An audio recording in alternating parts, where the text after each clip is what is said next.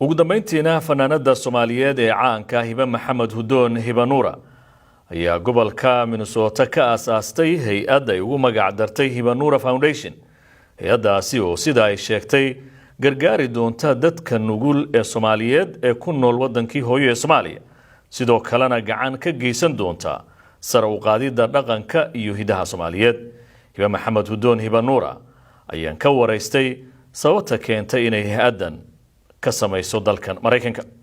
waxay igu dhaliyay dhibaatooyinka wadankeena ka jira inaan bal waxaan kari karo aan ka qabto maadaama aan ku tashanayo ummadda Soomaalida oo aadi barbartaagan. waxyaabaha marka ay hay'addu muhiimadda koowaad siinayso ay doonayso inay wax ka qabato maxaa kamid ah? waxa kamid ah abaaraha inta ay socdaan iyo hadday soo noqdaanba waxa kale oo koobaad iyo labaad iyo saddexaad ah dadka curyaamiinta inaan baabuur u soo gado ay kaga kacaan boodhka, dadka indhahala inaan u keeno ula ay ku socdaan, dadka dhagahala inaan u keeno waxay dhagaha galgashadaan wixii aan awoodaba. waxaa caawa aad loo hadalhayay intii xafladdu socotay in waxyaabaha aad xoogga saari doontaan oo kale ay ka mid yihiin inaad dhinaca waxbarashada iyo dhinaca dhaqanka hadday halkan noqon lahayd wadanka gudihiisa hadday noqon lahaydba inaad wax ka qaban doontaan. arrimahaas sidee marka rabtaan wax u qabataan? halkan waxaa jira dhalinyaro badan oo inaga yara seegseegtay dhalinyarada inaan dhaqanka dib ugu soo celinno, meel u furo, ku wacyigelinno muhiimkay ka mid tahay, iyo dhalinta iska bixin kari weyda iskuullada oo qaarkood iskuullada ka bixinno. hay-ad marka hawshaa faraha badan qabanaysa dhaqaalay dabcan u baahan tahay, hawl sahlanna maaha. dabcan dad fara badan baa halkan caawa jooga aad ku taageeraya sidaan arkayay.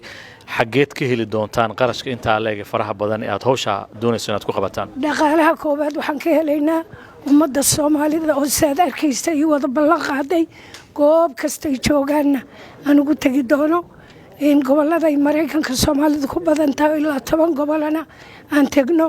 wixii intaa dhaafirana dawladda Mareykanka si degsigeedana ay baan garab qaban. Hiba Nuura dadka Soomaaliyeed hadda ku daawanaya adoo ka faa'iideysanay fursadan ugu dambeyntii maxaad ku leedahay? waxaan leeyahay dadka Soomaaliyeed Allah idin gargaaro. assalaamu calaykum Soomaaliyey.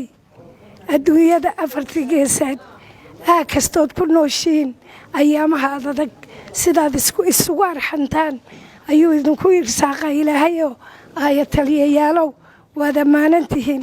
ha yeeshee arligaan u dhalanay een ku soo ababnay ee udgoonka badnaa abaar iyo ayax iyo odolulul iyo omos iyo colaada isu wada irkadayoo uumi baa ka baxaya oo adhiga iyo geela iyo lo'da iyo ishinka iyo awrtiba markay idlaadeen ee eber noqotay xeradii iyo aabbo iyo hooyo iyo ubadkii yaryaraaba mar wada uubateeyeen.